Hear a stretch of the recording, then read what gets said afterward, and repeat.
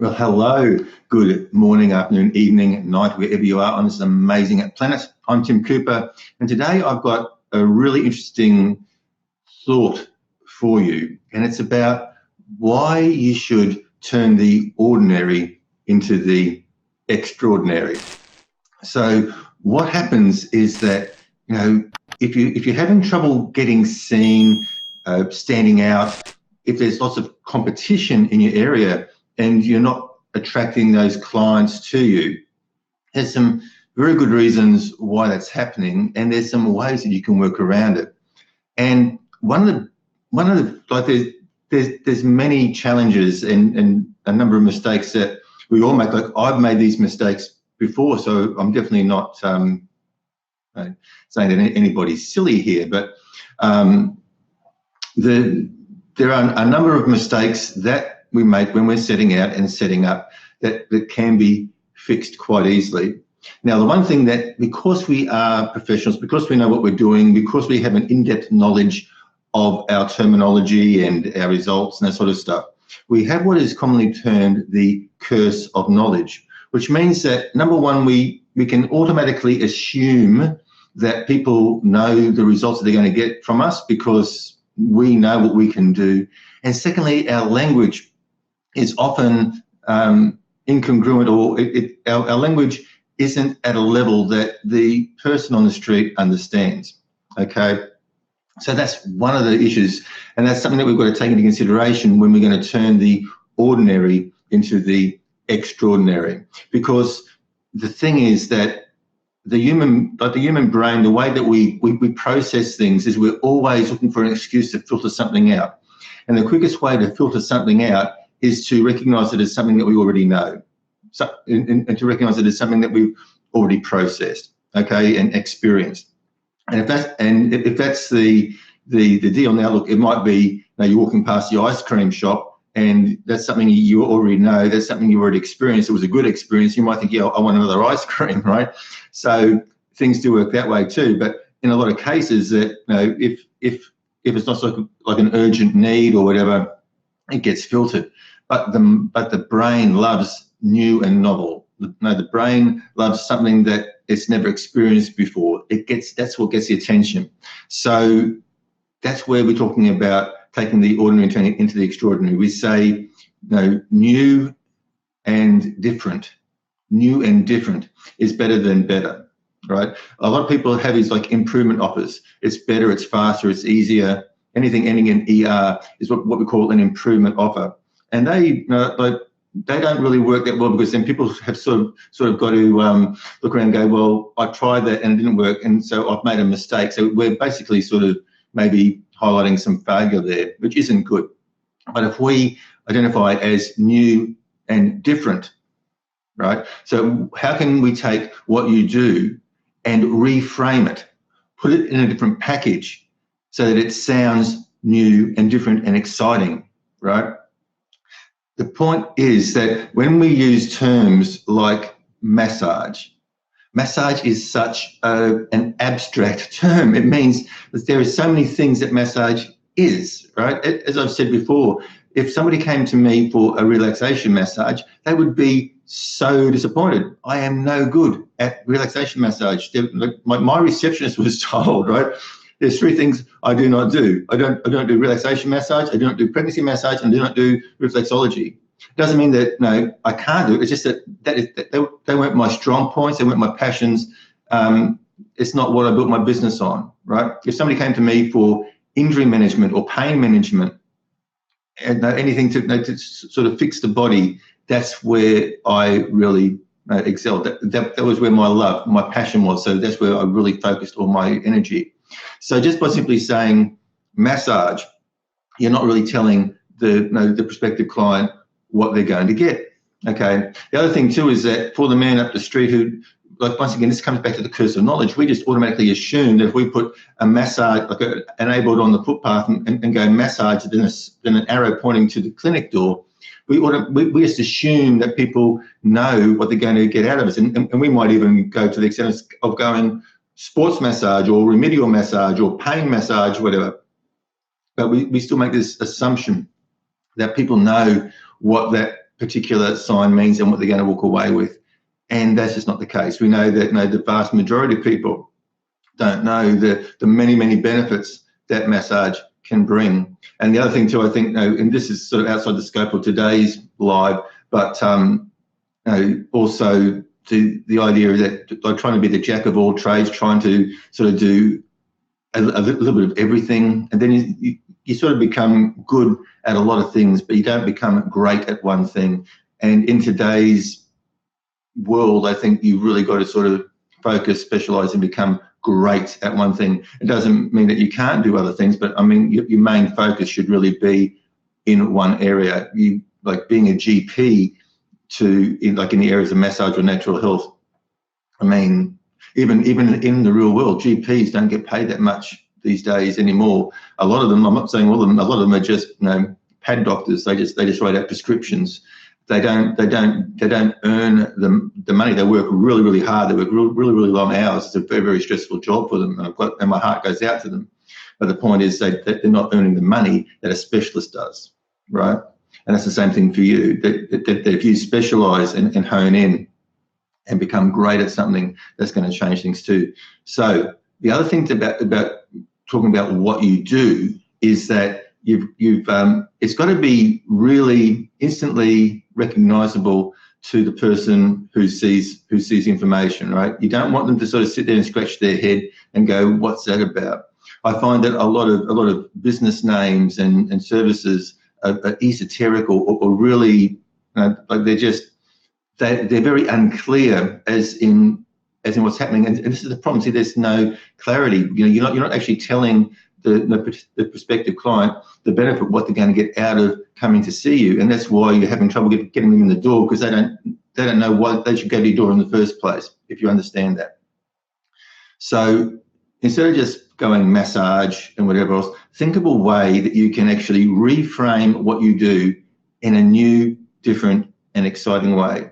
Now, it may take you a while, and I think the idea too is if you go out there and when it comes to ideas, the more what we call raw material you have, the better. So the more research you do, the more you talk to clients, the more you go on to those, as I said in a previous live video, go on to the review sites and look at the reviews for people who do similar service to you and see what people like and don't like about those services.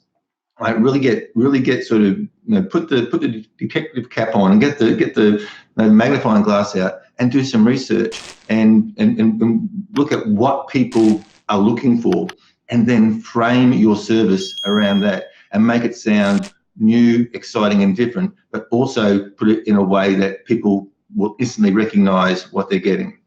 And the other thing too is to look at, there's always an emotional element, and to concentrate on that. Talk about what they're walking out the door with. Don't so much concentrate on the mechanics of the situation, right? Look at the emotion, right? That's a big thing. And then the other thing too is what you can do, and I did this. I'll give you an example. I didn't actually name it, but over my period of working in elite sport, I worked in elite sport for many years, and I worked side by side with amazing therapists and doctors and physios and that sort of stuff. And in that environment, you've always got to share information and skills, because you've got to work as a team to get that player ready to play the next week. Okay, so it's really focused. There's no ego involved, so to speak. So over that period of time, I developed a routine that I used to loosen the players up. And I found that these specific techniques used in a specific order work really, really well and efficiently to release the tissue and to get them all limber and subtle in a really, really quick time. And so I started to use so as a sports therapist or as a remedial therapist, clinical therapist. No, we don't do routines as such. It's not like Swedish massage where it's a routine from start to finish. You've got to tailor your treatment to the individual. But what I found is that because this particular short routine worked really well at softening the muscles, I always did that in every treatment first, just to soften the muscles before I started to do the specific work on to bring about the result. And that was basically putting together 4 or 5 standard techniques, everyday techniques. Some came from Swedish massage, some were soft tissue techniques, but just putting those techniques together in a specific sequence to bring about a result. So what I'm saying is that you don't have to create something new. You can take existing techniques and put them together in a certain sequence structure and a certain application, and you can name that. There are so many people out there who have taken things that already exist and they just put their twist on it, and then they name it. And then when you name it, that means that all of a sudden you are now offering something unique, something different. You're offering a signature treatment because nobody else has done it, because it's a technique or an application that you've named.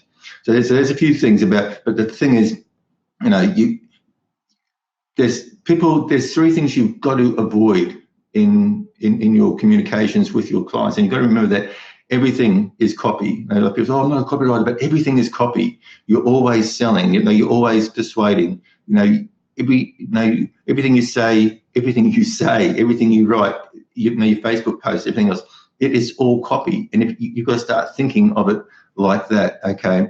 And the 3 things that you can't be, right? You can't be boring, because others check out. You can't.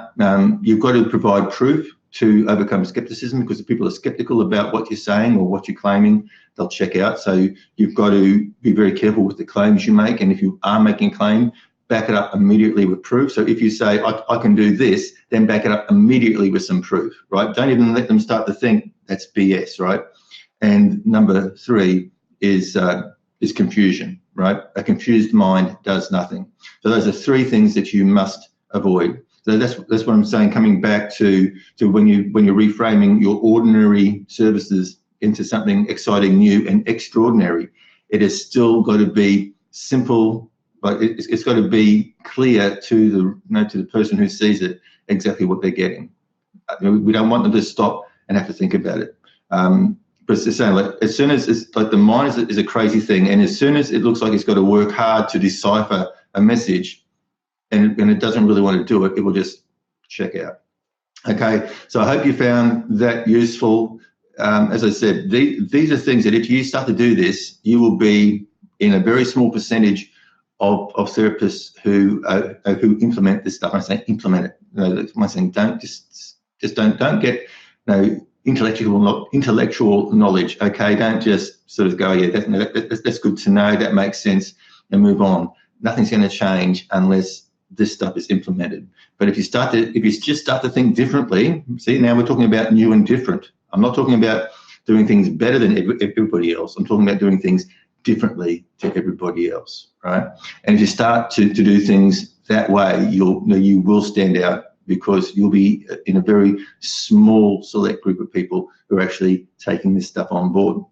And talking about that, next week I'm actually going to be doing a training, a masterclass, a free masterclass. I'll be sending out emails for that. If you want to be notified when that masterclass is going on and you're not on my email list, you can always put your email, you can message me your email, and I'll notify you. And I've got a really exciting new proposition for you guys. I'm going to open up the doors and give you a chance to work very, very closely with me. And I mean, talking about group coaching and a group where you can bounce ideas off each other and really bring your business together and have it flourishing in 2020. And I'll also announce that next week when I do the masterclass. Okay, guys, have an amazing weekend. It's absolutely, the rain is pouring down here on the Gold Coast in Queensland, which is a really good thing. And just think about what I've said. And I mean, don't push. You know, when you're coming to reframe what you do and looking at how you can sort of rename things and that sort of stuff, don't push or force it. Just put it in the back of your mind and go, that's something that's really interesting, and let your subconscious mind sort of percolate it. And then what you'll find maybe in a day or two is that ideas will start to pop into your head, usually at the most inopportune times, usually when you're in the shower or 3 o'clock in the morning. But, you know, that's not a bad thing. If it's 3 o'clock in the morning, just email yourself the idea. If it's in the shower, just try to remember it till you get out. Sometimes my brain is so old these days, I forget most of my great ideas. By the time I've had my epiphany and got out and drive myself, it's gone. Anyway, that's life. Enjoy. Any questions at all, please put them in the comments. Even if you're catching this on the replay, please put in the comments. If you're catching this on YouTube, please hit the thumbs up, hit the subscribe button, and the little bell for notifications. If you found this useful and you think that somebody else can benefit from this information, please also tag them in and share it around. Okay, guys, you take care, and I'll let you know about the masterclass next week.